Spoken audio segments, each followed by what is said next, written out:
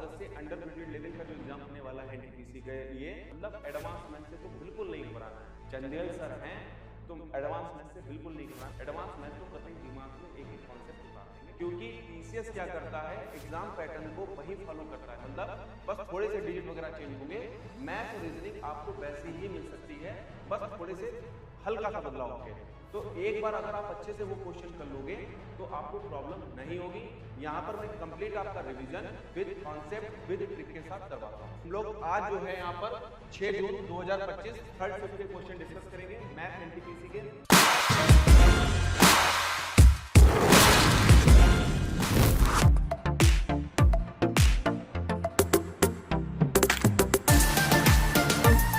Hello, जय हिंद प्यारे साथियों। सभी साथी कैसे हैं? उम्मीद करते हैं आप सभी लोग बहुत अच्छे होंगे। सबसे पहले आपका स्वागत है हमारे एसआर कंपटीशन क्लासेस पर। और हम लोग आज जो है यहाँ पर 6 जून 2025 थर्ड शिफ्ट के क्वेश्चन डिस्कस करेंगे मैथ एनटीपीसी के। देखिए ध्यान दीजिएगा, हम लोगों ने 5 जून की तीनों शिफ्टें डिस्कस कर ली और 6 जून की फर्स्ट और सेकंड शिफ्ट डिस्कस कर लिया। आपका 7 अगस्त से अंडर ग्रेजुएट लेवल का जो एग्जाम होने वाला है एनटीपीसी के लिए, वहां पर ये बहुत ज्यादा आपके लिए वैल्यूएबल रहेगी क्लास, क्योंकि टीसीएस क्या करता है, एग्जाम पैटर्न को वही फॉलो करता है। मतलब बस थोड़े से डिजिट वगैरह चेंज होंगे, मैथ और रीजनिंग आपको वैसी ही मिल सकती है, बस थोड़े से हल्का सा बदलाव होके। तो एक बार अगर आप अच्छे से वो क्वेश्चन कर लोगे तो आपको प्रॉब्लम नहीं होगी। यहां पर मैं कंप्लीट आपका revision with concept with trick के साथ करवाता हूं। चलिए, यहां पर सबसे पहले रहा ये पहला क्वेश्चन। ये देखिए, 50 लीटर पेट्रोल को एक खाली स्टोरेज टैंक में डालने के बाद भी ये 10% खाली था। ध्यान दीजिएगा, यहां पर ये क्या कह रहे हैं, एक इस तरीके से स्टोरेज है, ये देखिए इसमें क्या करा है कि 50 लीटर पेट्रोल डालने पर ये 10% खाली रहता है। मतलब यहां पर समझने वाली ये बात है कि 10% का अगर है तो 10% की वैल्यू 1/10 होती है। अगर ये कंप्लीट 10 का होगा, उसमें से अगर एक खाली रहता है तो कितना भरा हुआ होगा? 9। ठीक है, तो ये 9 की वैल्यू कितनी बन गई? 50 बन गई। मेरे भाई समझिएगा बात, 50 वैल्यू किसकी बन गई? 9 की बन गई। और हमें वैल्यू किसकी निकालनी है? कंप्लीट निकालनी है। तो यहां पे हम 10 से मल्टीप्लाई कर देंगे। तो भाई 500 को 500 को जब आप 9 से डिवाइड करोगे तो देखिए यहां पर क्या आएगा, 9 पंजे 45 और ये 50, फिर ये आ गया 9 पंजे 45, मतलब 50.5 समथिंग आएगा। फिर देखिए 55.56। ये देखिए इस क्वेश्चन का आंसर ये रहा। उम्मीद कर रहे हैं ये समझ में आया होगा। देखिए 50 लीटर पेट्रोल को एक खाली स्टोरेज टैंक में डालने पर ये 10% खाली रह जाता है, तो इसको हम ऐसे भी कह सकते हैं कि ये 90% भरा होगा। तो 50 का हम यहां पर क्या कर सकते हैं, उल्टा कर सकते हैं, 100/90 भी कर सकते हैं। ठीक है, तो ये 0 0 कट गया, तब भी आप इस क्वेश्चन का आंसर निकाल सकते हो। ये होता है डायरेक्ट अप्रोच। ठीक है, तो उम्मीद करते हैं ये चीज आपको समझ में आई होगी। जल्दी से नेक्स्ट क्वेश्चन की तरफ चलते हैं। आइए, चलिए यहां पर ये सिंप्लीफिकेशन का क्वेश्चन है, इसको आप कैसे सॉल्व कर सकते हैं। तो देखिए हमेशा ध्यान रखिएगा, बोर्डा-मोस का रूल फॉलो होता है। तो बोर्डा-मोस में सबसे पहले ब्रैकेट, ब्रैकेट में स्मॉल ब्रैकेट, तो ये 819 हो गया। ठीक है, 7 में से 9 गया तो माइनस के 2 बचा, और 4 में से 2 गया तो इतना ये सॉल्व होके हमें 2 दे रहा है प्लस का। ठीक है, जैसे ये 2 बाहर आएगा तो 2 माइनस के 2 कितना हो जाएगा? 0 हो जाएगा। तो यहां पर तो ये काम खत्म हो गया अपना। अब ये बाहर आया तो ये 9 है, 4 2 दूनी 4, 9 दूनी 18, 72 में से अगर 18 माइनस करोगे, सॉरी 72 माइनस नहीं है, ये डिवाइड का सिंबल है, 18 से भाग करोगे तो 18 चक्कू 72। ये लीजिए, एक सेकेंड, मतलब एक बार में ही क्वेश्चन का आंसर आ गया। ध्यान रखिएगा, कभी भी सिंप्लीफिकेशन का क्वेश्चन हो तो आप हमेशा कहां से सॉल्व करें, स्मॉल ब्रैकेट से, मतलब स्मॉल ब्रैकेट से बाहर की तरफ चलें और आपको क्वेश्चन का आंसर आ जाएगा। उम्मीद करते हैं ये बात समझ में आई होगी प्रत्येक बच्चे को। ये लीजिए अगला क्वेश्चन, ये आपका एलसीएम और एचसीएफ से क्वेश्चन है। मैं इस टाइप के कम से कम 5 क्वेश्चन करवा चुका हूं, मतलब ये हर शिफ्ट में क्वेश्चन पूछा गया है एलसीएम एचसीएफ से। तो सबसे पहले दिया है दो संख्याओं का अनुपात, तो हम दो संख्याएं ए और बी में ले लेते हैं। इनका रेशियो 17:7 दिया है। ध्यान रखना मेरे भाई बात, हम अगर ये एक्स ले लेते हैं और ये, मतलब सॉरी, मैं इसमें क्या करता हूं, थोड़ा सा चेंजेस करता हूं। मैंने ए को क्या मान लिया, ए को मान लिया 17x और बी को मान लिया 7x। ध्यान रखना, आगे वो कहता उनके एलसीएम और एचसीएफ का गुणनफल कितना है, 119। तो आप लोगों को एक फॉर्मूला पता होगा कि दो संख्याओं का गुणनफल हमेशा उनके एचसीएफ और एलसीएम के क्या होता है मेरे भाई, बराबर होता है। ठीक है मेरे भाई, इतनी बात समझ में आ रही। और ध्यान रखना, अनुपात में एचसीएफ छुपा होता है, मतलब अगर हम एक्स की वैल्यू फाइंड आउट कर ले तो हमारी एक्स की वैल्यू आ जाएगी। तो मेरे भाई a इंटू बी करेंगे तो 17 इंटू 7 और ये आ जाएगा एक्स स्क्वायर, मैंने डायरेक्ट लिख दिया। इनका गुणनफल कितना 119 है, तो 17 सत्ते 119, ये 119 कट गया तो x की स्क्वायर की वैल्यू 1 है, तो x की वैल्यू कितनी हो जाएगी 1 हो जाएगी। मेरे भाई ये क्या बन गया तुम्हारा एचसीएफ बन गया। ठीक है, अगर हम यहाँ पर एलसीएम की बात करें तो देखो संख्याएं निकाल लो, तो संख्याएं तो क्या रही होंगी, ये 17 रही होगी और ये वाली 7 रही होगी, तो 17 सत्ते कितना हो गया 119 हो गया। भाई मल्टीप्लाई क्यों कर दी, दोनों प्राइम नंबर है। उम्मीद कर रहे हैं ये बात समझ में आई होगी। फिर कहता उनके व्युत्क्रमों का योगफल। अब भैया इनके व्युत्क्रमों का योगफल एक हो गई संख्या 1/1 और एक संख्या 1/119। ठीक है, उनके लासा पाता था मासाफा के व्युत्क्रमों का योग, तो ठीक है मेरे भाई। तो नीचे 119 एक कम 119 और ऊपर कितना आ जाएगा 119 एक कम 119 और प्लस 120/119। ये लीजिए, इसका बाबू काम खत्म हो गया 120/119। उम्मीद करते हैं ये भी आपके पास समझ में आई होगी। हम लोग देखिए ये हम सेशन लाइव भी ले सकते थे, लाइव इसलिए नहीं ले रहे हैं क्योंकि लाइव में फिर आपकी कमेंट बाजी होती है, कमेंट देखते हैं तो थोड़ा सा लंबी क्लास हो जाती है।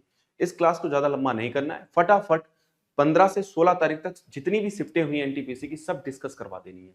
तो आप लोग एक कॉपी पेन लेके बैठा करो, क्वेश्चन लगा कर स्क्रीन पे, तो आप लोग जरूर सॉल्व किया करो इसको। ठीक है, चलिए नेक्स्ट क्वेश्चन देखिए। पाइप ए एक टैंक को 9 मिनट में भर सकता है। अच्छा, जो भर सकता है उसको हम लोग पॉजिटिव में ले लेते हैं और ये 9 मिनट में भर सकता है।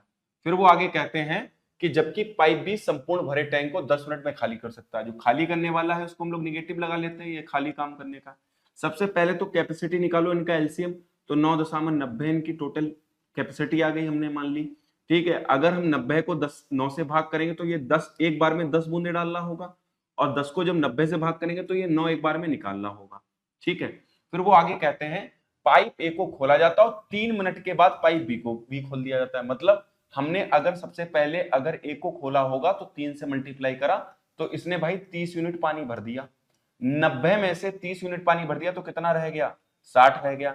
अब वो कह रहे हैं बी को भी खोल दिया गया, मतलब मेरे भाई वो यहां पर कहते हैं अब a प्लस बी को 3 मिनट के बाद एक साथ खोला गया तो कितना पानी आएगा 10 लीटर, मतलब 10 यूनिट पानी आया, 9 यूनिट पानी इसने निकाल दिया तो कितना पानी आया 1 यूनिट। तो इस हिसाब से टैंक कितनी देर में भर पाएगा मेरे भाई 60 में।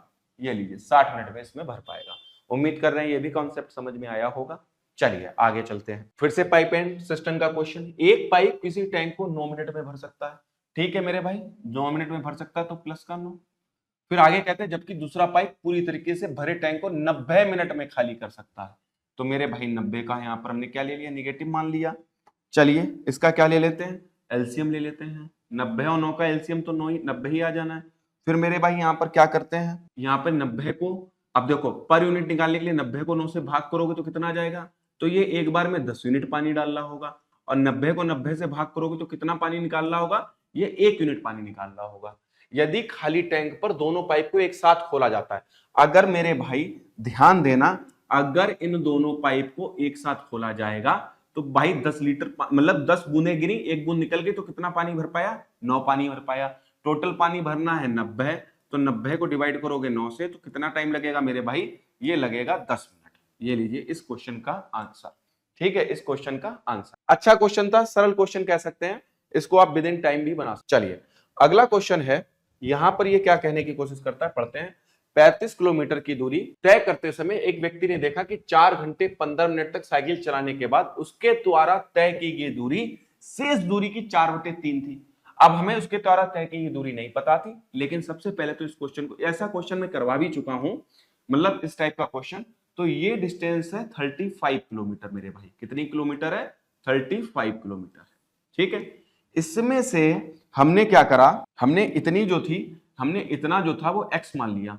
ठीक है, अगर ये x दूरी होगी तो बची हुई रिमेनिंग जो होगी वो 35 माइनस के क्या बचेगी x बचेगी मेरे भाई, हाँ या ना। कितना बचेगा 35 माइनस x बचेगा।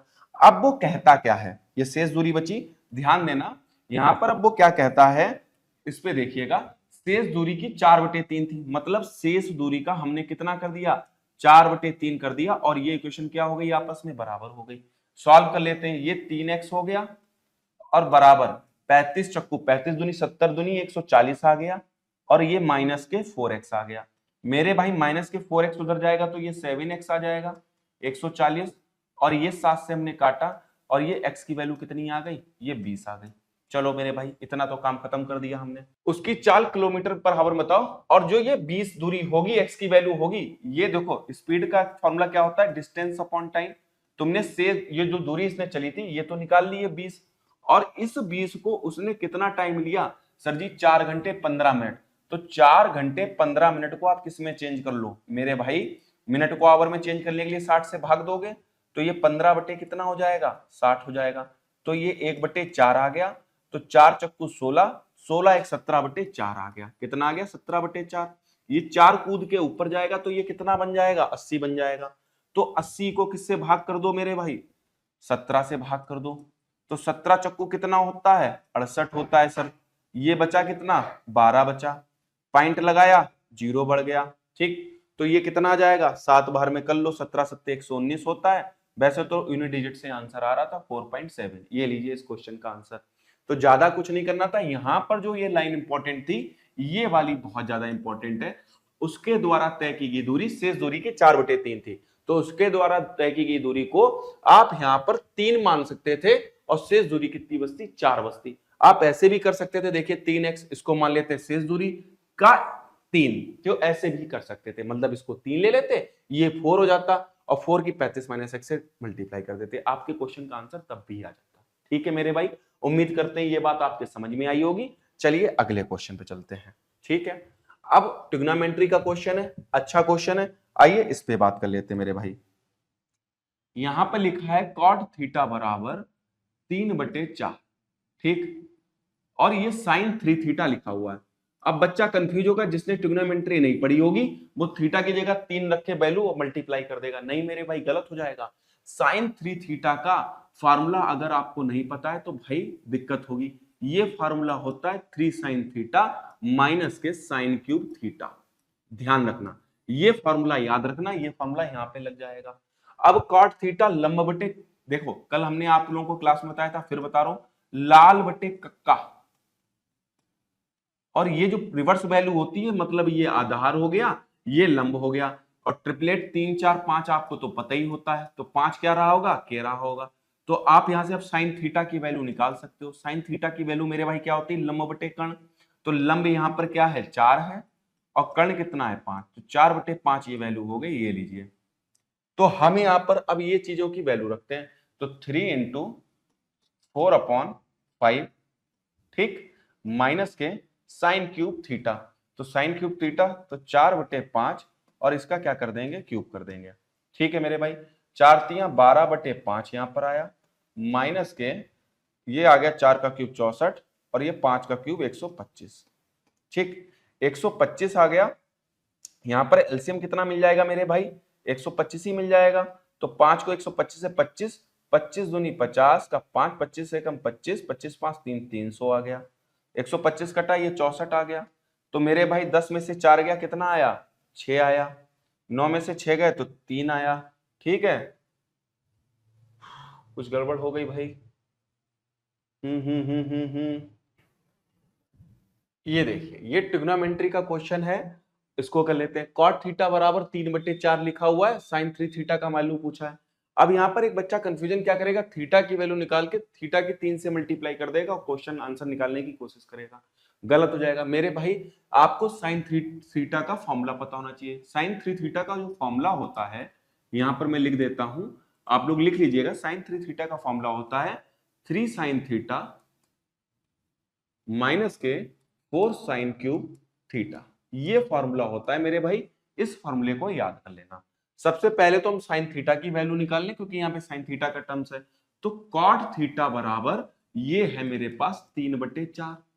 मेरे भाई लाल बटे कक्का से आप लोगों को याद होगा, लाल बटे कक्का, और ये होता है कॉट थीटा टेन थीटा कुलता, तो ये आ जाएगा आधार, और ये हो जाएगा लंब हो जाएगा। ट्रिपलेट आपको पता है 3 4 5, ये क्या होता है, कर्ण होता है। तो साइन थीटा की वैल्यू जो होती है मेरे भाई, वो होती है लंब बटे कर्ण होती है। कितनी होती है, लंब बटे कर्ण। लंब मेरे भाई कितना है, 4 है, कर्ण कितना है, 5 है। आप ये वैल्यू डाल के देखो, यहां पर आपके क्वेश्चन का आंसर आ जाएगा। तो यहां पर हम लोग लिखेंगे 3 × 4/5, ये लीजिए, ठीक, माइनस के यहां पे लिखेंगे 4 × 4/5 का क्यूब लिख देंगे। ये लीजिए मेरे भाई, ठीक है। बहुत से लोग कहेंगे 4 कॉमन ले लो, तो कोई जरूरी नहीं है। 4 3 12/5। थोड़ी सी कैलकुलेशन करने की कोशिश करते हैं। 4 इंटू 64/5 का क्यूब कितना होता है? 125 होता है। तो मेरे भाई यहां पर हम लोग ले लेते हैं, एलसीएम लेने की कोशिश करते हैं। तो देखो यहां पर बच्चा एलसीएम कितना मिल जाएगा? 125 का 5, तो 125 एलसीएम मिल जाएगा। ठीक, इस 5 को 125 से भाग करेंगे तो आ जाएगा 25। 5 को 125 से भाग करेंगे 25, और 25 की 12 से मल्टीप्लाई, 25 दशामन 250 और 25 दूनी 50, तो ये कितना हो गया? 300 हो गया मेरे भाई। माइनस के 64 चक्कू कर लो, 4 चक्कू 16 का 6, और ये होता है 256 होता है। ये यहां पर कितना आ जाएगा? ये बन जाएगा 10 में से 6 गए 4, 9 में से 5 गए 4, 44/125। ये लीजिए इस क्वेश्चन का आंसर। अगर ये फार्मूला आपको नहीं पता होगा तो भाई आपको दिक्कत होगी, परेशानी होगी। तो इस फार्मूले का स्क्रीनशॉट लेके रख लो, शायद अंडर ग्रेजुएट लेवल के किसी भी शिफ्ट में ये क्वेश्चन आ सकता है इस टाइप का। ठीक है, चलिए उम्मीद करते हैं ये कहानी समझ में आई होगी। अब चलते हैं अगली कहानी पर। ये कहता है एक कक्षा के 30 विद्यार्थियों ने एक परीक्षा दी, 12 विद्यार्थियों का औसत 60 है और बाकी विद्यार्थियों का भी औसत स्कोर कितना है? 60 है। तो मेरे भाई अगर सबका 60 है तो सबका भी कितना होगा? 60 होगा। ठीक है, इसे सॉल्व करने की जरूरत नहीं थी, ये तो बहुत तुच्छ सा क्वेश्चन पूछा।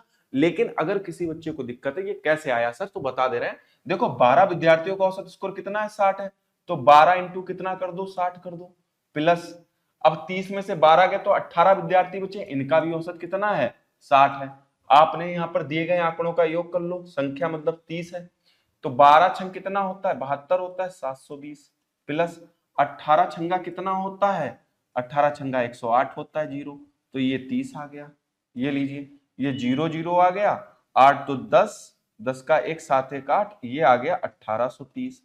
ये लीजिए काट दिया, 3 छक 18, ये 60 आ गया। तो एक बात ध्यान रखना, अगर 12 विद्यार्थियों का औसत 60 है और अन्य का भी 60 है तो ओवरऑल भी कितना होता है? 60 होता है, कोई चेंज नहीं होता। मैंने आपको कॉन्सेप्ट भी बता दिया, ध्यान रखिएगा। ठीक है मेरे भाई, चलिए आगे देखते हैं। सिंप्लीफिकेशन मतलब घातांक तथा करनी का क्वेश्चन है, और इस क्वेश्चन को आइए करने की कोशिश करते हैं। देखिए यहां पर 11/10 लिखा है और पावर 7 है। ठीक है, यहां पर 10/11 लिखा है, पावर 10 है, और यहां पर 11/10 लिखा पावर 9 है। पहली बात, इसके बराबर में देखो 10/11 लिखा है, तो हर जगह यहां पर 10/11 कर लो। अगर इसे 10/11 करोगे तो पावर आपकी कैसी हो जाएगी? उल्टा करते हो तो पावर आपकी हो जाती है माइनस की।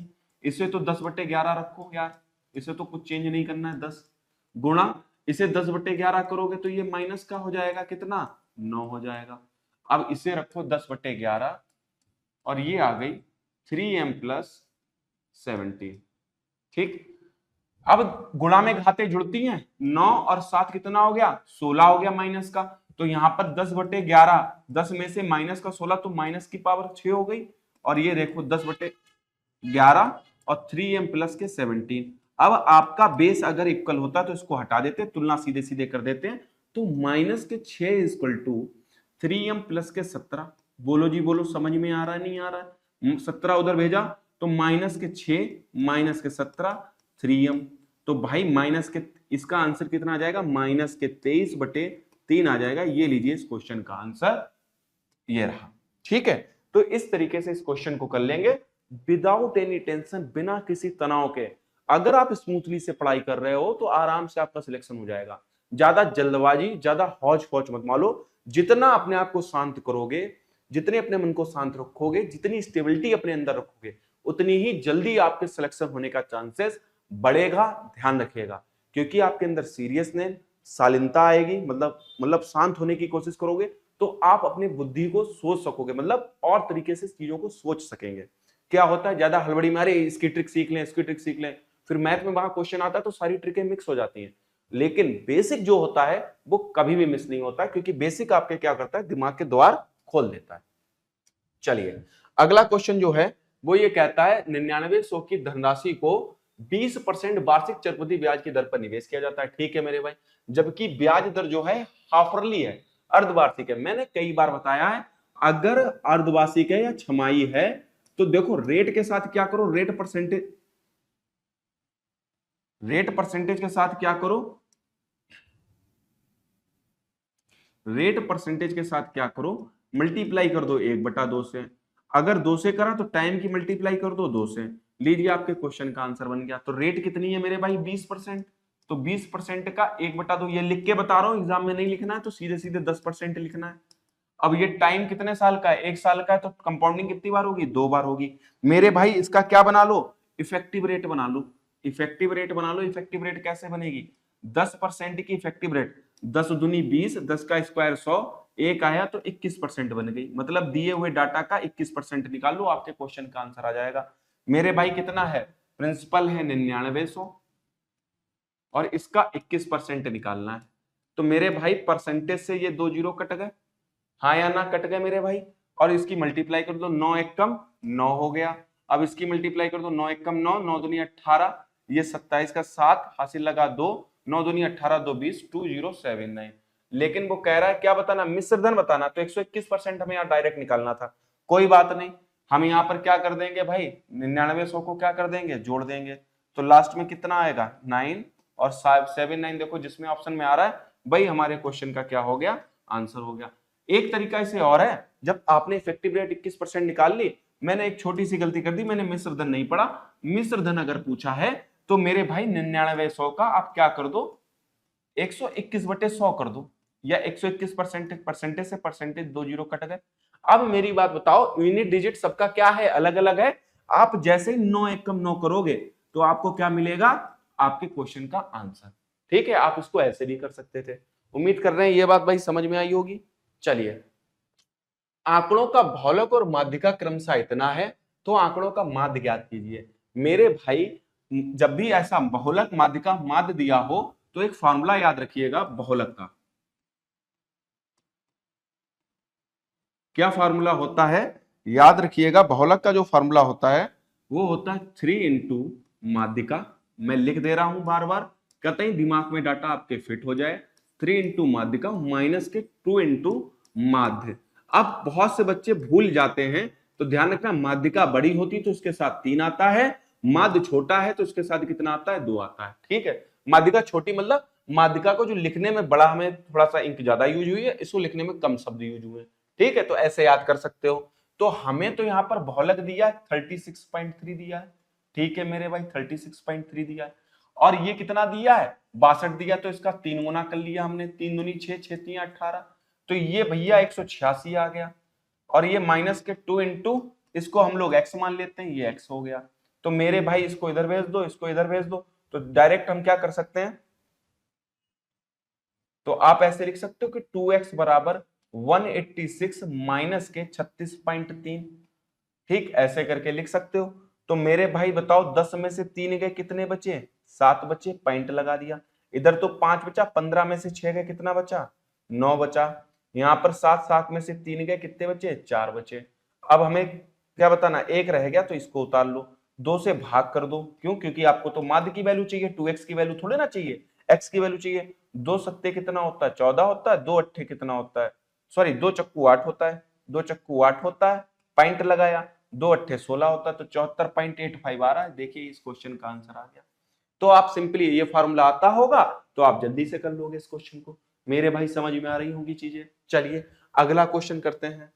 अब देखिए ये क्वेश्चन आया, ये क्वेश्चन जो आया है, ध्यान देना, मैं यहां पर लिखने की कोशिश करता हूं। एक फार्मूला होता है A cube plus B cube plus C cube minus के 3abc। इसका एक फार्मूला क्या होता है मेरे भाई, प्रत्येक बच्चा याद रखना, इसका जो फार्मूला होता है equal to 3abc, sorry 3abc तो यही होता है, ये होता है a plus B plus C, A plus B plus C, और फिर देखिए थोड़ा सा बोल्ड गड़बड़ कर रहा है, यहां पे मैं सही से लिख दे रहा हूं, a plus B plus c, फिर ब्रैकेट में a square plus b square, b square plus c square, ये प्लस का है यहां पर। ये थोड़ा सा बोर्ड क्या हो रहा है, हैंग हो रहा है, कोई बात नहीं, माइनस के ए बी माइनस के बी सी माइनस के A B B C minus के सी है। ये मेरे भाई फॉर्मूला होता है। इस फॉर्मूले को एक बार जरूर देख लेना आप लोग, ठीक है, इसको सॉर्ट डाउन कर लो। लेकिन हुआ क्या, इसमें थोड़ी सी तब्दीली है। तब्दीली कैसी, यहां पर अगर देखोगे प्लस दिखाई दे रहा है और यहां पर देखो तो माइनस दिखाई दे रहा है, तो एक्चुअल में ये हुआ क्या होगा, ये वाला टर्म रहा होगा निगेटिव में, तो ये कैसे आगे इफेक्ट डालेगा ये बात करते हैं। तो इसको आप क्या लिख सकते हो, इसको लिख सकते हो 2x क्यूब लिख सकते हो, ठीक है, 2x का क्यूब, और इसको क्या लिख सकते हो, प्लस का 3y का क्यूब लिख सकते हो, ठीक है, प्लस के 3y का क्यूब, और इसको लिख सकते हो प्लस 4 माइनस के 4z का क्यूब लिख सकते हो, ठीक। और ये एक्चुअल में होता है माइनस के 3 इंटू, अब a कितना था 2x था, b कितना था 3y था, ठीक है, और माइनस के कितना था 4z था। इसको ब्रैकेट में रखो, अरे भाई थोड़ा सा हैंग हो रहा है, अगर ये सही नहीं हुआ तो दिक्कत होगी, माइनस के 4 ये मल्टीप्लाई में, तो अगर इसका देखो नीचे जो चीज है इसको तो अभी हम लोग देख ही लेंगे, ठीक है, ये नीचे जो चीज गिवन है इसको अगर उतारोगे तो बहुत टाइम वेस्ट होगा, यहां पर इसको खोलो कुछ ना कुछ फायदा होगा। यहां पर सबसे पहले लिखोगे 2x प्लस 3y माइनस के, ये 4z है तो माइनस का 4z देखो, ये देखो माइनस का 4z। अब एक काम कर लो छोटा सा, कहीं पर अगर ये वैल्यू दिखाई दे रही तो क्वेश्चन को टैली कर लो, तो ये नहीं है, ये नहीं है, ये देखिए ये इस क्वेश्चन का आंसर हो गया। लेकिन कैसे आया ये भी तो देख लो आगे एक बार, देखिए अब आगे जब इसको खोलोगे तो ये मिलेगा 4x स्क्वायर, ठीक, फिर ये कितना मिलेगा 9y स्क्वायर। आपको एक बात तो पता होगी क्या, कि माइनस का स्क्वायर करने पे प्लस का मिलता है, तो प्लस का 16z स्क्वायर। अगर आप ध्यान से देखो तो ये वैल्यू मिल रही है हमको।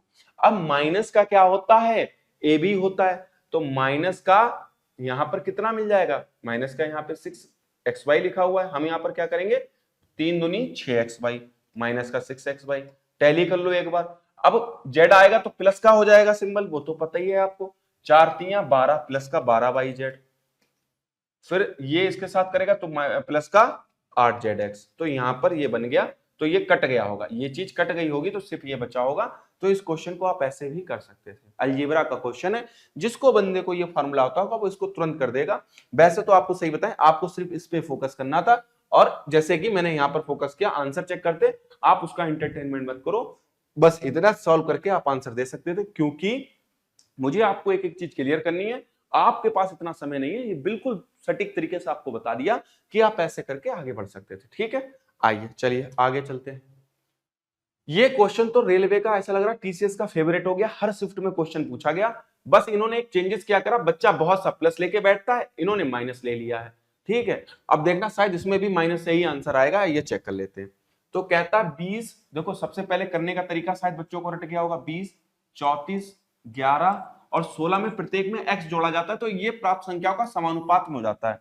तो मेरे भाई मैंने इसका आपको एक तरीका बताया है, ध्यान देना, इन दोनों का डिफरेंस लो कितना आया 14, इन दोनों का डिफरेंस लिया तो कितना आया 5 आया, इस 5 की उठाकर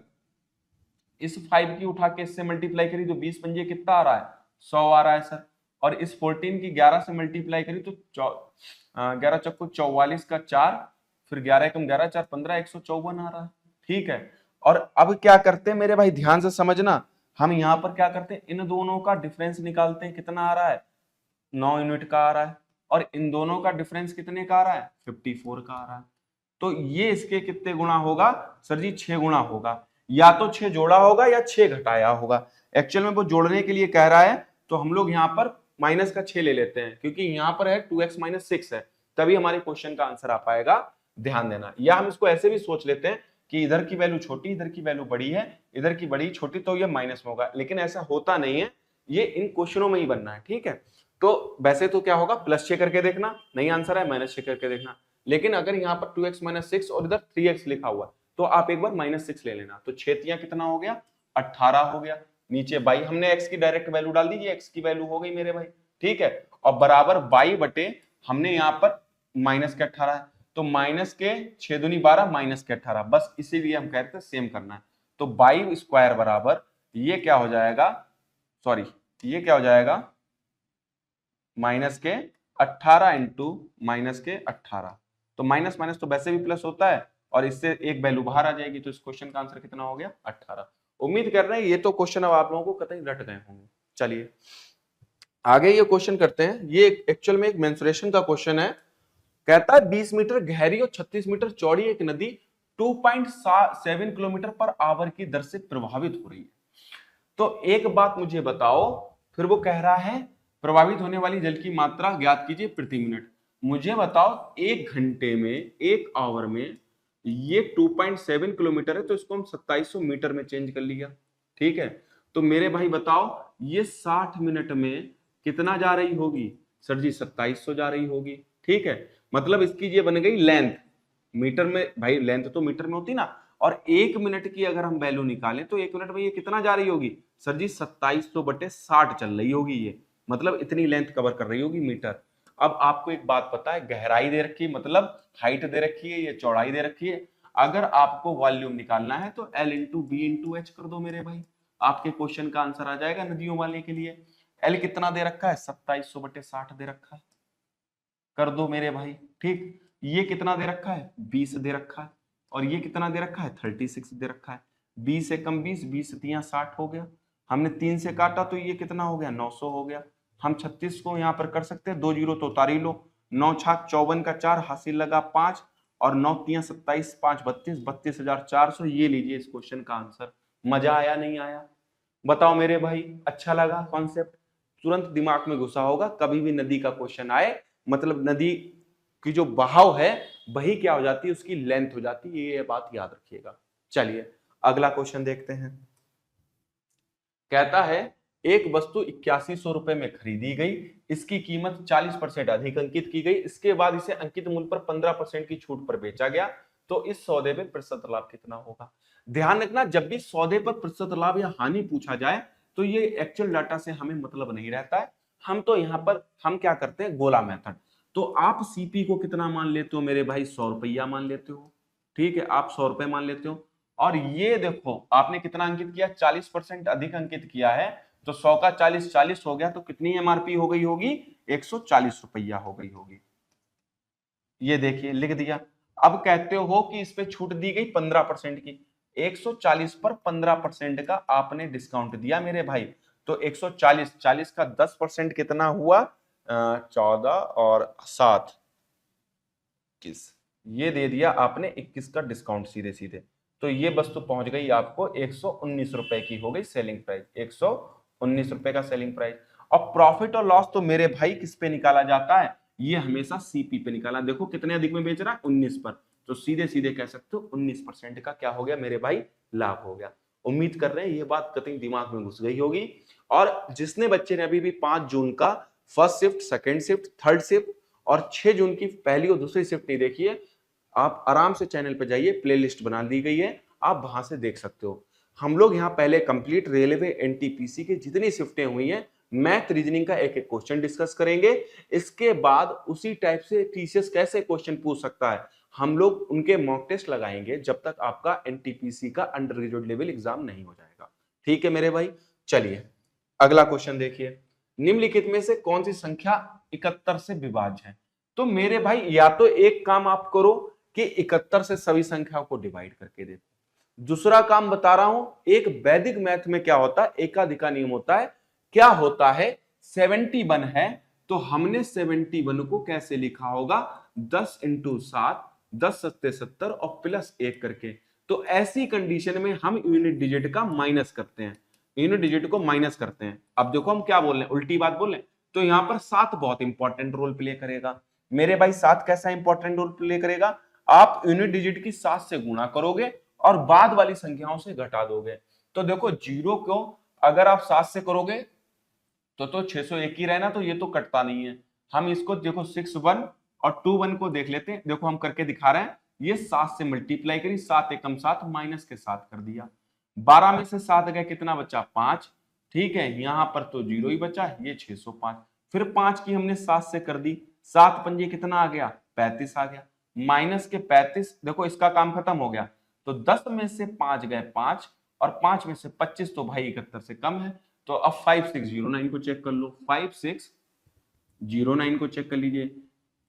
तो देखो किससे मल्टीप्लाई करेंगे? 10 सत्ते 70 का। देखो 71 कैसे बनना है? 10 से किसकी मल्टीप्लाई करी? 7 से। बस यहाँ पर +1 और -1 का रूल ध्यान रखना। तो यहाँ पर +1 हो रहा, तो हम यूनिट डिजिट को माइनस करेंगे। तो 9 सत्ते कितना होता है 63, हमने 63 माइनस कर दिया मेरे भाई। 10 में से 3 गए कितना बचा 7 बचा, 15 में से 6 गए 9 बचा 497।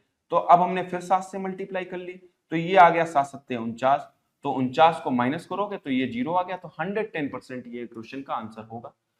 और इसको तो मैंने बहुत स्लोली समझाया है, मतलब जो भी मल्टीप्लाई करो उसे आगे वाले नंबरों से क्या कर दो माइनस कर दो। आपको ये बात समझ में आई? सर जी अगर ये 70 की जगह यहां पर 61 होता तो इसका एकाधिका क्या बनता, तो इसको कैसे लिखते हैं 10 इंटू 6 प्लस 1। तो मेरे भाई यूनिट डिजिट की 6 से मल्टीप्लाई करते और जो भी आता माइनस कर देते हैं, ठीक, आगे वाले को माइनस कर देते हैं। सर जी अगर 51 आता तो सर जी 10 इंटू 5 और प्लस 1, तो 5 से यूनिट डिजिट की मल्टीप्लाई करते माइनस कर देते हैं। तो उम्मीद करते हैं ये बात समझ में आ गई होगी। अब वो यहाँ पर 71 दे सकता है, 81 दे सकता है, 91 दे सकता है, तो आप ऐसे कर सकते हो, ठीक है। ये लीजिए ट्रिक आपने खुद बना ली। चलिए अगला क्वेश्चन देखते हैं। एक विक्रेता ने यहां पर 1 रुपए में 5 चॉकलेट बेची। देखो बेची मतलब सेल की है, तो एक फॉर्मूला हम आपको बताते हैं CP अपॉन SP। अब बेची है तो ध्यान रखना रुपया ऊपर रहता है और मात्रा नीचे रहती है। और अब ये इसने बात सेलिंग प्राइस पे की है, तो हम यहां पर लिखेंगे क्या, ये 1 रुपए में इसने 5 चॉकलेट बेची हैं, तो ये 5 कूद के कहां चला जाएगा, ऊपर चला जाएगा। तो इस 5 को तो अब हम क्या कर रहे हैं, हटा दे रहे हैं, ठीक है। तो ये समझ में आई बात, क्या करा, तो 5/1 फिर मल्टीप्लाई। अब उसने 20% का लाभ कमाया, 20% की वैल्यू कितनी होती है 1/5, 5 पर 6, मतलब 6/5 का फायदा उठाया होगा। और एसपी से सीपी जाओगे तो इस रेशियो को पलट देते हो, तो ये हो जाएगा 5/6 हो जाएगा। 5 से 5 कट गया, तो 1 रुपए में उसने कितनी बेची होंगी, 6 बेच खरीदी थी। ये लीजिए 6 आंसर आ गया। इसको आप ऐसे बना सकते हो मेरे भाई, ठीक है। वरना एक इसका फॉर्मूला और होता है, आप क्या करते हो, मात्रा इधर लिखते हो, ध्यान देना मेरा बच्चा, मात्रा इधर लिखते हो और रुपया इधर लिखते हो, ठीक है। मात्रा कितनी है 5 चॉकलेट, ठीक है, कितने हैं 1, तो ये आ जाएगा एक मतलब एक उसने कितनी ली होगी, बेची होगी 1/5। अब ध्यान देना यहाँ पर ये बेची है तो एसपी है, तो एसपी में ध्यान रखना ये 5/6 से मल्टीप्लाई कर देंगे, तो 5 से 5 काटा, 6 उधर पहुंच गया, तो भैया 1 रुपया में 6 खरीदी होंगी। सर जी उल्टे से क्यों करा, अरे मेरे भाई सीपी है, जब आप इधर जाओगे एसपी की तरफ जाओगे तो अब आप किससे मल्टीप्लाई करोगे, सर जी 6/5 से। अब एसपी से सीपी की तरफ जाओगे तो 5/6 से मल्टीप्लाई कर दो। ये लीजिए ये वाला भी कॉन्सेप्ट समझ में आ गया होगा, ठीक है। आप टेंशन नहीं लो, पढ़ा नहीं रहा हूं, सिखा रहा हूं, एक एक चीज सिखा के जाऊंगा, बताइए क्रिस्टल की तरह क्लियर कर दूंगा, जिससे कि एग्जाम में आपको कोई प्रॉब्लम ना हो, ध्यान रखना, ठीक है। ये देखिए अगला क्वेश्चन है ज्योमेट्री का, और ज्योमेट्री से बिल्कुल नहीं घबराना है मेरे भाई, जैसा वो कहता जाए वैसे तो पहले डायग्राम बना लो।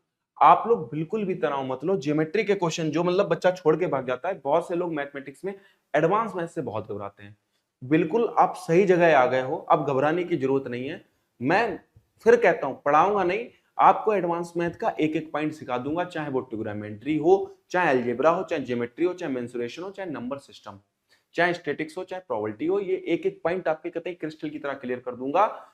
एक बात ध्यान रखना, जब अभी तो मैं ये पूरा चल रहा है, क्योंकि अभी अगर पूरा पढ़ाएंगे तो एनटीपीसी के ग्रेजुएट लेवल के एग्जाम तक नहीं हो पाएगा, लेकिन जो एनटीपीसी की अगली वैकेंसी आएगी ग्रेजुएट लेवल की, तब तक मैं कंप्लीट मैथ का कोर्स इस यूट्यूब पर, इस चैनल पर कंप्लीट करवा दूंगा, जिससे कि आप लोगों को 1% की परेशानी ना हो। इसीलिए चैनल को सब्सक्राइब कर लो, चैनल को सब्सक्राइब कर लो, बेल आइकन को उस पे नोटिफिकेशन पे क्लिक कर देना, जिससे आपको हर एक मतलब क्या होता है, मतलब एक वीडियो आती है उसकी मिलता रहेगा। ध्यान रखना चैनल को सब्सक्राइब कर लीजिए, जिससे कि जो भी वीडियो आए आपको मिलते रहे। कंप्लीट रेलवे का कोर्स, चाहे रेलवे का कोई भी एग्जाम देने जाना, आपको कंप्लीट कोर्स यहां पर मिलेगा, तो चैनल को सब्सक्राइब करो। चलिए हम अब क्वेश्चन पढ़ते हैं। कहता है ट्रायंगल एबीसी में, तो ये ट्रायंगल एबीसी पहले हमने बनाया, ये ट्रायंगल एबीसी है, ठीक, ये ले लिए ट्रायंगल एबीसी। वो कहता है डी बीडी पर, डी है बीडी परपेंडिकुलर ऑन एसी, ठीक है मेरे भाई, ये जो डी पॉइंट है ये एसी पर परपेंडिकुलर है, परपेंडिकुलर बोले तो 90 डिग्री का कोण बना रहा होगा। फिर आगे कहता है एंगल डीबीसी, ये डी पॉइंट नाम दे दो, और देखो डीबीसी मतलब डी से बी पर आए और बी से सी पे गए, तो ये वाला जो कोण है ये कितने डिग्री है, 22 डिग्री है। ये लीजिए मेरे भाई। अच्छा ये 90 डिग्री और ये भी तो एक त्रिभुज बनना है, त्रिभुज ये देखो ये वाला भी तो एक त्रिभुज बनना है, तो आप यहां से आराम से ये वाला एंगल निकाल सकते हो। कितना आ जाएगा? तो देखो 90 और ये देखो 90 और 10 100 10 112, 112 क्या करो 180 में से घटा दो, त्रिभुज के तीनों कोणों का मान 180 होता है। 10 में से 2 गया 8, 7 में से 1 गया 6, 68। ये मेरे भाई 68 डिग्री आ गया। आगे क्या कहता है? ईबीसी पर एक बिंदु इस प्रकार है। अब एक हमने इस तरीके से बिंदु खींचा, ये ई खींच दिया। ठीक, आइए बात करते हैं आगे। कहता है सी ए ई और ये वाला एंगल जो है वो 36 डिग्री है। तो ठीक है मेरे भाई, तो एंगल ए ई बी की माप पूछी है, एंगल ए ई बी की माप ये लो। अरे बहुत सरल क्वेश्चन है, ये देखो ऐसे करके फिगर बना है। ध्यान देना, त्रिभुज के दो कोणों का योग, त्रिभुज के दो कोणों का योग या अंतः अभिमुखों कोणों का योग बाह्य कोण के क्या होता है? बराबर होता है। तो 36 68 का योग बाह्य कोण के क्या होगा? बराबर होगा। तो 36 प्लस 68 कर दो, आपके क्वेश्चन का आंसर आ जाएगा। 8 से 14 का 4, हाथ से लगाइए, 6 3 9 10, 104 डिग्री। ये लीजिए, इस क्वेश्चन का आंसर आ गया। सिंपल क्वेश्चन था, ज्योमेट्री का इसे सिंपल कह सकते थे। अगर आपको एक एक थ्योरम पता होगी, और ये तो मैं, अगर बच्चे बहुत से ऑफलाइन जुड़े हुए हैं तो ये तो पहले दिन की तीसरा पॉइंट ही जो होता है वही से क्वेश्चन आ गया। अंतः अभिमुखों कोणों का योग बाह्य कोण के क्या होता है? बराबर होता है। चलिए अगला क्वेश्चन कर लेते हैं फटाफट। साधारण ब्याज पर कोई धनराशि 4 वर्षों में किस ब्याज दर पर स्वयं की दुगनी हो जाएगी? मतलब दुगनी हो जाएगा, ये अमाउंट है और ये प्रिंसिपल हम x मान लेते हैं, तो ये 2x हो जाएगा। तो SI कितना हो जाएगा? x हो जाएगा।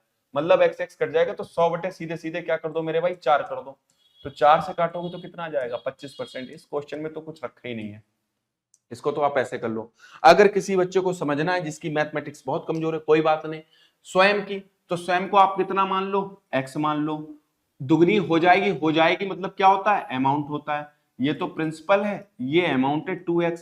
मुझे बताओ SI का फॉर्मूला क्या होता है? a माइनस के सर जी p होता है। तो SI कितना आ गया? x आ गया। अब SI का फॉर्मूला क्या होता है? SI बराबर p into r into T upon 100 होता है। SI की वैल्यू कितनी है? x, p की वैल्यू x, r की वैल्यू पूछी है, t की वैल्यू 4 है, ये 100। अब मेरे भाई बताओ x x कटा, 4 से काटा, ये 25, तो r की वैल्यू कितनी आ गई? 25 आ गई। ये लीजिए, इस क्वेश्चन का आंसर आ गया। उम्मीद कर रहे हैं ये बात समझ में आई होगी प्रत्येक बच्चे को। तो इसको यार जल्दी ऐसे कर लेना है, जरूरी नहीं एक बार ये सीख लो, 2 बार प्रैक्टिस करो, तीसरी बार ऑटोमेटिक दिमाग में डाटा फीड हो जाएगा। ठीक है, चलिए आगे चलते हैं। अगला क्वेश्चन कहता है कि x और 368 के बीच मध्य अनुपात 276 है, तो x का मान ज्ञात कीजिए। मध्य अनुपात क्या होता है? मीन प्रोपोर्शनल होता है। कभी भी दो नंबर हो तो उनका मीन प्रोपोर्शनल क्या होता है? अंडर रूट AB होता है मेरे भाई, ध्यान रखना। तो यहां पर तो एक डाटा मिस है, तो x इंटू 368 अंडर रूट ये, और इसका मध्य अनुपात कितना है? ये 276 है। भैया ये इधर जाएगा तो स्क्वायर हो जाएगा, तो इसको 2 बार लिख लो, 276 इंटू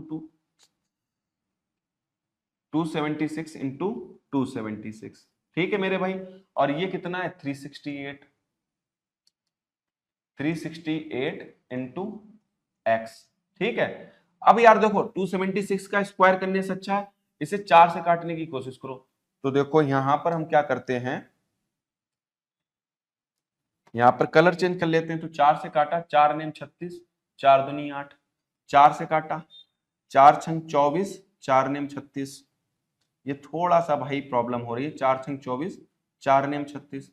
फिर अगर 4 से काट रहे हो तो काट लो, 4 दूनी 8, 4 तिया 12, फिर ये 69 आ जाएगा।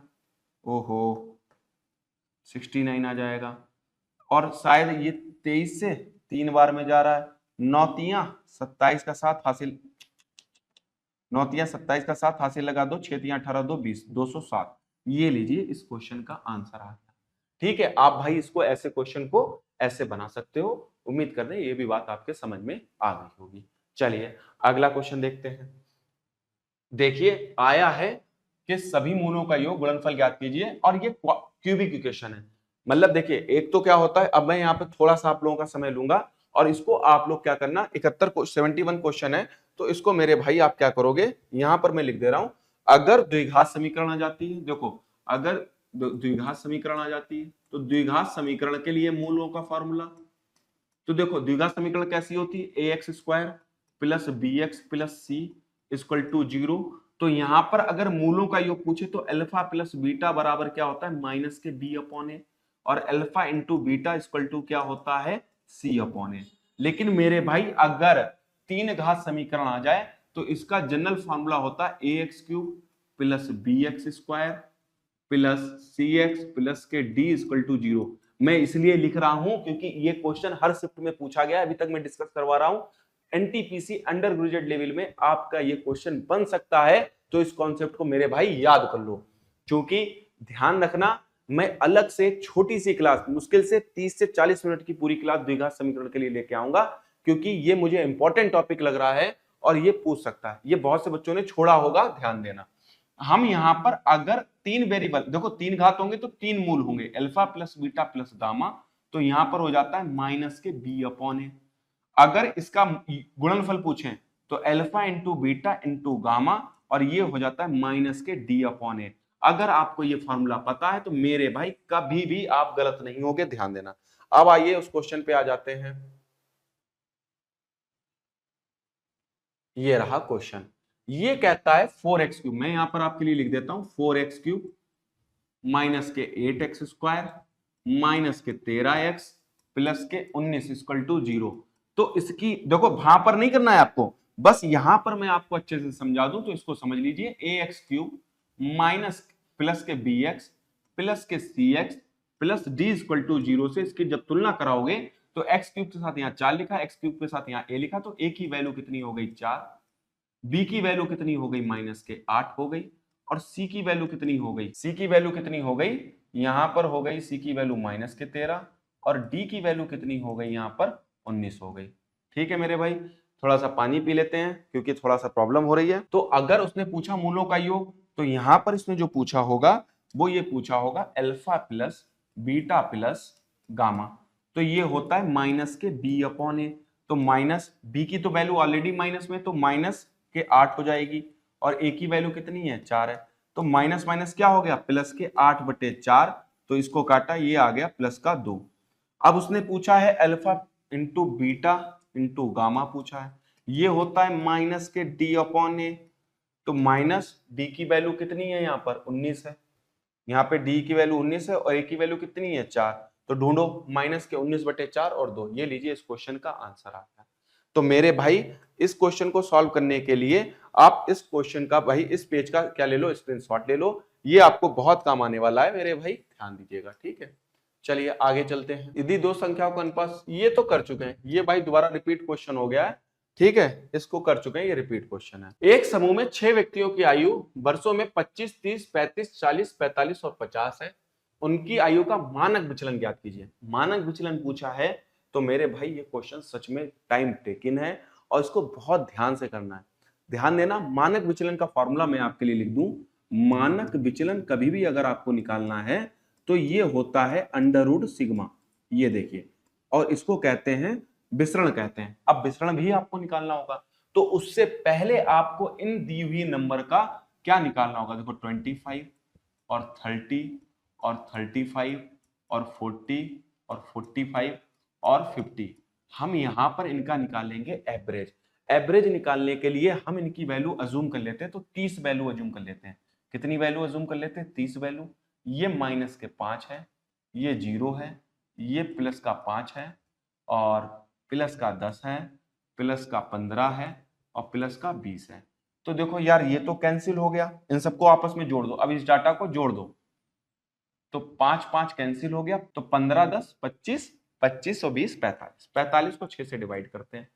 तो 45 को जब 6 से डिवाइड करोगे तो 6 सत्ते कितना होता है 42 होता है, 3 और 6 पंजे 30, तो 7.5 प्लस कर दोगे 7.5, तो ये आ गया 37.5, और ये आया है आपका माध्य।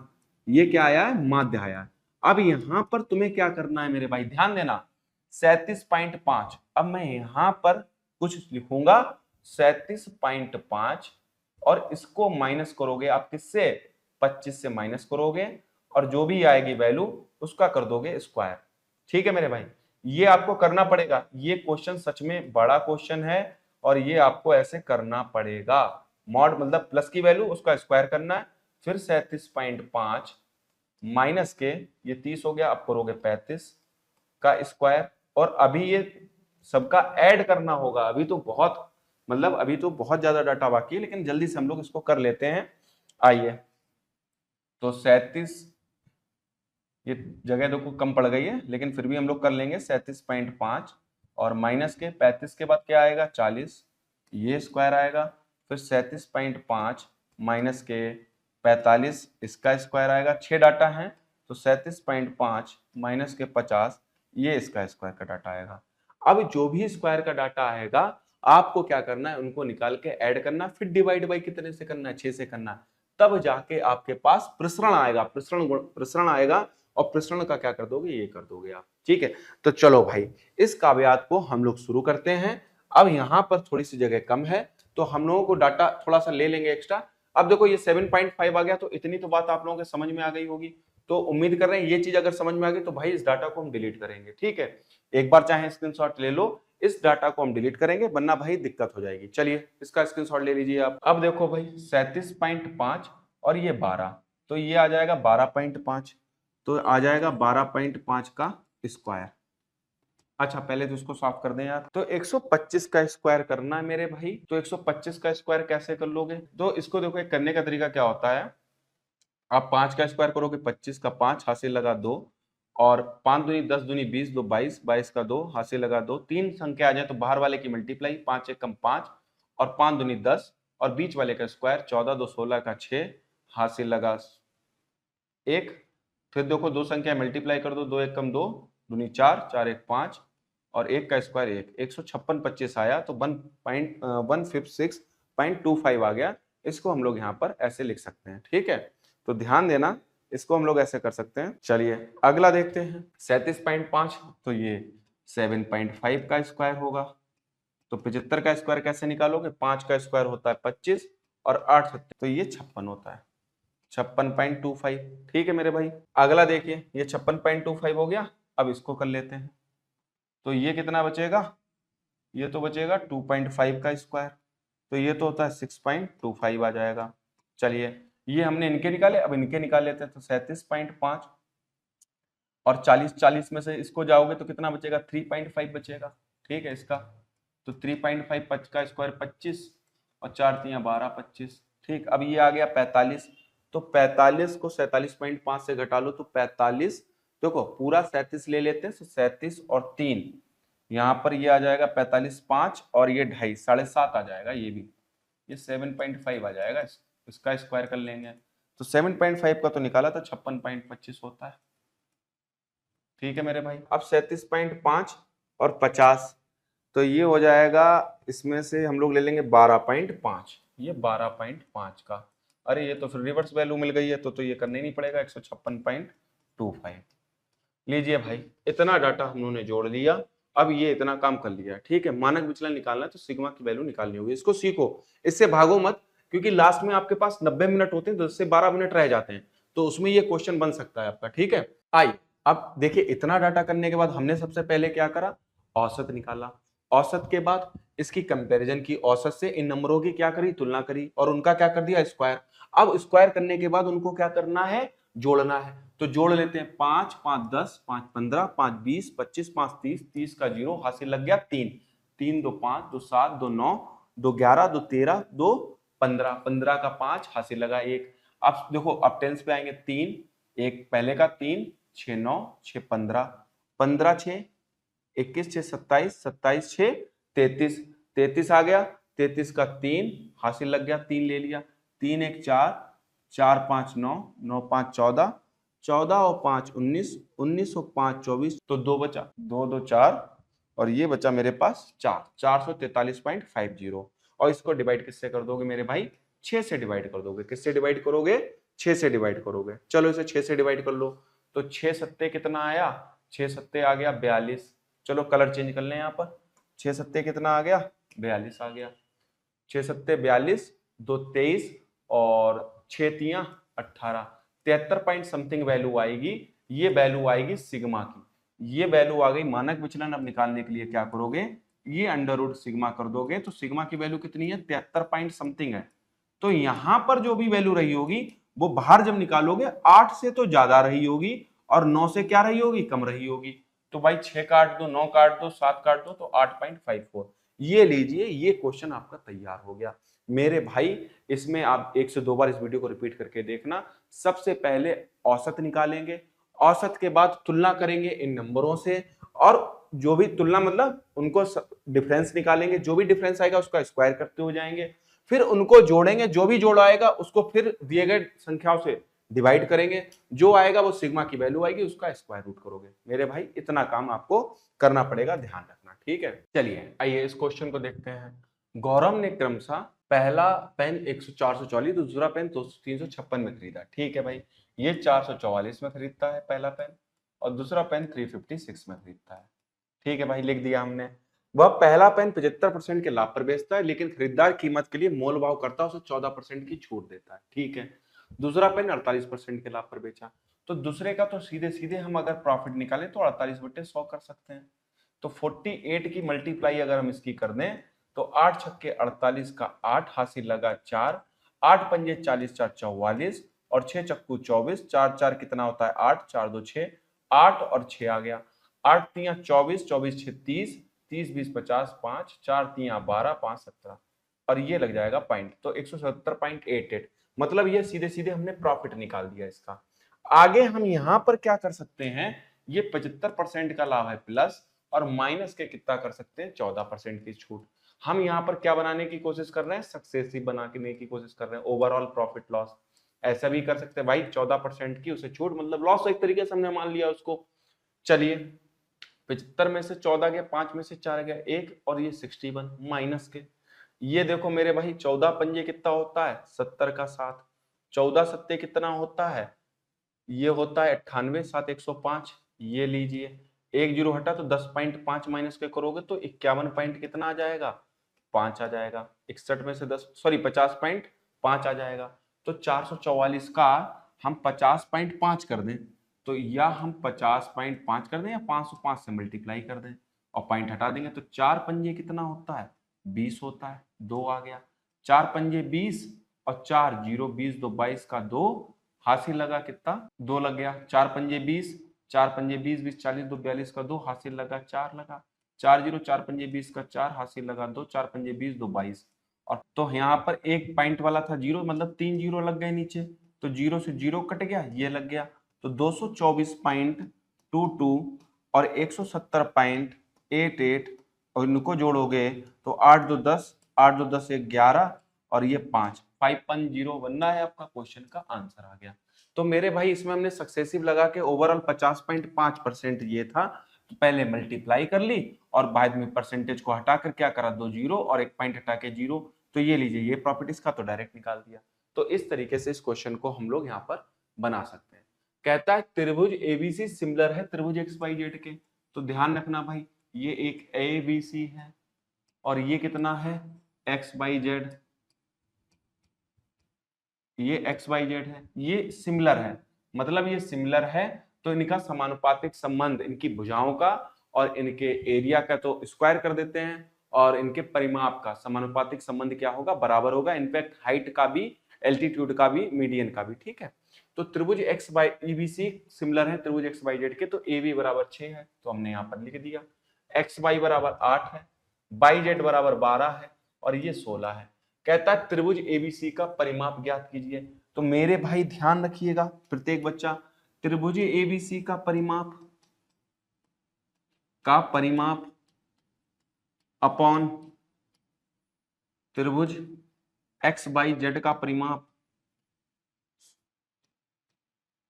त्रिभुज एक्स वाई जेड का परिमाप अपॉन ये वाली ले लो ए बी अपॉन ये एक्स जेड एक्स वाई ले लो। ठीक, त्रिभुज एबीसी का परिमाप पूछा है तो हमने यहाँ पर क्या कर लिया, एक्स मान लो इसको।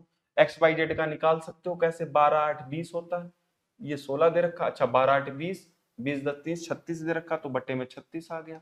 ए बी की वैल्यू कितनी दी है 6, इसकी वैल्यू दी है 8। ठीक है मेरे भाई, तो इसको काट लो, 2 3 6, 2 3 6, 2 चक्कू 8, 4 नेम कितना हो गया 27 हो गया। तो 9 3 कितना हो गया 27, 9 3 27, इस क्वेश्चन का आंसर आ गया। तो ये वाली बात भाई ध्यान रखिएगा आप लोग। चलिए अगला करते हैं। एक्स अपने व्यय की योजना बनाता है जिसमें वेतन का 30% घर के लिए, 25% भोजन के लिए, 15% चिकित्सा के लिए और 16% अन्य के लिए। तो भैया ये सारी परसेंटेज क्या कर दो आप, जोड़ दो। तो ये 30 और 20 55%, 55 में 15 जोड़ा तो ये 70 आ गई, 70 ये 86%। मतलब मेरे भाई वो 14% सेविंग कर रहा है। कहता है वह हर महीने 42,000 की बचत करता, मतलब वो कहता है 14% नहीं, वो कर रहा है 42,000 की बचत कर रहा है। तो 14 एकम 14, 14 तिया 42, मतलब 1% की वैल्यू तो 3,000 है, और 2 जीरो की अगर बढ़ा दोगे तो ये 30,000 आपके आंसर आ जाएगा। ठीक, सॉरी 3 लाख, मतलब 2 जीरो और बढ़ा दोगे, मतलब दोनों तरफ किससे मल्टीप्लाई कर दोगे आप, 100 से मल्टीप्लाई कर दोगे, क्योंकि हर चीज अपने आप में क्या होती है 100% होती है। उम्मीद कर रहे हैं ये भी बात आपके समझ में आ गई होगी। अगला देखिएगा, ध्यान से क्वेश्चन पढ़ना। 15 वर्ष बाद एक पुत्र की आयु उसके पिता की वर्तमान आयु, मतलब 15 वर्ष बाद पुत्र की, तो पुत्र की वर्तमान आयु 22 मान ली, तो 22 में हमने जोड़ दिया मेरे भाई 15, और पिता की वर्तमान आयु x मान ली। ठीक, तो इनका रेशियो है 2/3 है, क्रॉस मल्टीप्लाई कर लो तो ये 3y हो गया, और 15 तिया 45 हो गया, और ये कितना बन गया 2x बन गया। पहली कहानी तुमने समाप्त कर दी। ठीक, पहली लाइन जैसा करता जाए, जैसा वो कहता जाए वैसा करते जाओ। 5 वर्ष पहले, तो भाई 5 वर्ष पहले अगर पिता की आयु x-5 रही होगी तो बेटा बेटे की भी कितनी रही होगी, y-5 रही होगी, हाँ या ना। और पुत्र की आयु का कितना थी, 4 गुना थी। ये लीजिए सॉल्व कर लिया इसको, तो x-5 लिख दिया, और 4y-4 हमने इस 5 को उधर भेजा तो x बराबर कितना हो गया 4/20, प्लस का 5 माइनस के 15 आ गया। इस y की वैल्यू आप क्या करो मेरे भाई, छोटा सा काम करो, इस x की वैल्यू यहां पर पुट कर दो, तो 2 तो अंदर चला जाएगा, तो देखो क्या फायदा मिलेगा, 3y प्लस के 45 है, ठीक है, बराबर 2, 4 दूनी 8y हो गया, माइनस के 15 दूनी 30 आ गया, माइनस के 30 उधर जाएगा तो प्लस हो जाएगा, तो 45 प्लस 30 हो जाएगा, और मेरे भाई 3y उधर जाएगा तो माइनस का हो जाएगा, तो 8y माइनस के 3y, तो ये हो गया 5y, और यहाँ पर 45 और 30 कितना हुआ 75, तो 22 5 से काटा तो 5 एकम 5, और ये 15, तो यह लड़के तो 15 साल का 15 का आ गया, तो ऐसे किसमें ऑप्शन 15, तो साफ साफ एक ही ऑप्शन में दिख रहा है। और ये बाई की वैल्यू उठा के किसी भी एक इक्वेशन में डाल के देख लो, तो 15 तिया 45 दूनी 90, 90 का आधा कितना होता है 45, लीजिए आ गया क्वेश्चन का आंसर। उम्मीद करते हैं ये कॉन्सेप्ट समझ में आ गया होगा। आइए चलते हैं आगे, चलते हैं। अगला है रेशियो का क्वेश्चन है, अंदर वाले के अंदर से मल्टीप्लाई, 14.7 इंटू 15 मेरे भाई, और 9.8 की डिवाइड कर दो, तो तुम किसकी वैल्यू पाई जाओगे x की, तो पॉइंट से पॉइंट हट गया। ठीक है मेरे भाई, 98 को 147 से काट के देखें, 147, कुछ ना कुछ तो रिजल्ट मिलेगा, 98 एकम 98, 17 में से 8 गए बच्चे 9, 13 में से 9 गए 13, 9 4 13, तो यहाँ पर हमने पॉइंट लगाया 0, 98 980 आधा 5, 1.5 आ गया। 1.15 का कितना होता है 225, 22.5, लीजिए इसको ऐसे खत्म कर लो क्वेश्चन को। आगे चलो, आगे चलो। एक बेलन का वक्र पृष्ठीय क्षेत्रफल उसके संपूर्ण क्षेत्रफल का आधा है, तो यहाँ पर मेरे भाई वक्र पृष्ठीय क्षेत्रफल का फॉर्मूला पता होना चाहिए, तो फॉर्मूला होता है 2πr(h), ठीक है, जो कि बराबर है 1/2 उसके संपूर्ण पृष्ठीय टीएसए के, टीएसए का फॉर्मूला क्या होता है मेरा भाई 2πr, और ब्रैकेट में h प्लस r होता है। ठीक है मेरे भाई, 2πr से 2πr कट गया, ये 2h हो गया। ये लीजिए इस क्वेश्चन को मजे मजे सॉल्व कर दिया, h को उधर भेजा तो 2h में से h गया, तो h बराबर कितना आ गया r आ गया, मतलब h की वैल्यू r के बराबर है, काम खत्म। यदि ऊंचाई 128 है तो त्रिज्या कितनी होगी मेरे भाई 128 ही होगी, बस उसको बस चेक करना था आपको फार्मूले 3D के आते हैं या नहीं आते हैं, 3D के फॉर्मूले आते हैं नहीं आते हैं, बस यही चेक करना था। चलिए अगला क्वेश्चन देख लेते हैं। कहता है इन नंबरों का औसत बताओ, तो 8 7 15, 5 20, 5 25, 25 3 28, 28 का 8 हासिल लगा दो, 2 4 8 9 17, 17 2 19, 19 का 9 हासिल लगा 1 2 3 4 3 7, 1 2 3 4 5 6, 6 से काटेंगे भाई, तो 6 कम तो 6 मिल रहा है, 6 3 18, 6 3 18, 133, ये लीजिए दिए गए आंकड़ों का योग अपॉन दिए गए आंकड़ों की संख्या। ये कहता है 2295 मीटर की वृत्तीय दौड़ में सिद्धार्थ 85 सेकंड में एक चक्कर पूरा करता है और ये 45 सेकंड में एक करता है। यदि वे विपरीत दिशाओं में दौड़ रहे हैं तो प्रतिपल में कितनी अलग अलग बिंदुओं पर मिलेंगे। कभी भी ऐसा क्वेश्चन आए कि अगर टाइम दिया हुआ है और विपरीत है तो भैया इनका रेशियो निकाल लो 85 और रेशियो 45 निकाल लो और जो भी रेशियो आए उसको जोड़ दो, वही क्वेश्चन का आपका आंसर हो जाएगा। मजा आ जाएगा। देखिए कैसे, 5 से काटा तो ये 17 बार और ये 5 से काटा 9 बार, 17 प्लस 9 तो ये आ गया 26। क्या करना है हमें, 2295 को टच नहीं करना। अगर टाइम दिया हुआ है 45 सेकंड में पूरा करता है, 85 सेकंड में एक चक्कर पूरा करता है, लेकिन वो विपरीत दिशा में जा रहे हैं, तो हमेशा टाइम का रेशियो निकालो, जोड़ दो, क्वेश्चन का आंसर आ जाएगा। काम फंटूस हो गया आपका, ज्यादा सोचना है नहीं, ज्यादा तनाव लेने की जरूरत नहीं है। ये लीजिए, आज हम लोगों ने 6 जून की थर्ड शिफ्ट कर ली है। कल हम लोग क्या करेंगे, 6 मतलब जो भी नेक्स्ट है उसकी 2 शिफ्ट करेंगे। और मैं आपके लिए रीजनिंग के लिए, देखिए हर शिफ्ट में मैंने एक एनालिसिस की है, हर शिफ्ट में पजल और सिटिंग अरेंजमेंट से, और पजल आई है बॉक्स से रिलेटेड आई है और भूतल से रिलेटेड आई है। तो जितनी शिफ्टों में पजल से और सिटिंग अरेंजमेंट से क्वेश्चन पूछा गया वो एक ही वीडियो में समाप्त कर देंगे। अंडर ग्रेजुएट लेवल वाले में कम से कम 4 नंबर ये वीडियो आपको देके जाएगा, जो कि नेक्स्ट जल्दी से जल्दी वो वीडियो आपको प्रोवाइड करा देंगे। ठीक है, कल हम लोग चलिए मिलते हैं नेक्स्ट शिफ्ट के, कम से कम 2 मतलब नेक्स्ट जो भी होगा मैक्सिमम 2 तो करने की कोशिश करेंगे, 60 क्वेश्चन। चलिए तब तक के लिए धन्यवाद, और अगर आप चैनल पर नए हैं तो सब्सक्राइब कीजिएगा। बाकी जितने भी आपके दोस्त मित्रगण हैं उनको जरूर ये चैनल का लिंक कॉपी करके शेयर कीजिएगा, और ज्यादा से ज्यादा बच्चों को शेयर कीजिए, जितने भी एजुकेशनल ग्रुप है वहां पर शेयर कीजिए, जिससे कि आपके जो चैनल की क्या होगा, मतलब सब्सक्राइबर बढ़ेंगे तो आप लोगों का प्यार बढ़ेगा और हम आपके लिए अच्छे अच्छे वीडियो लेते रहेंगे। ठीक है, चलिए धन्यवाद, आज यहीं पे कहानी समाप्त करते हैं और मिलते हैं नेक्स्ट वीडियो में। धन्यवाद।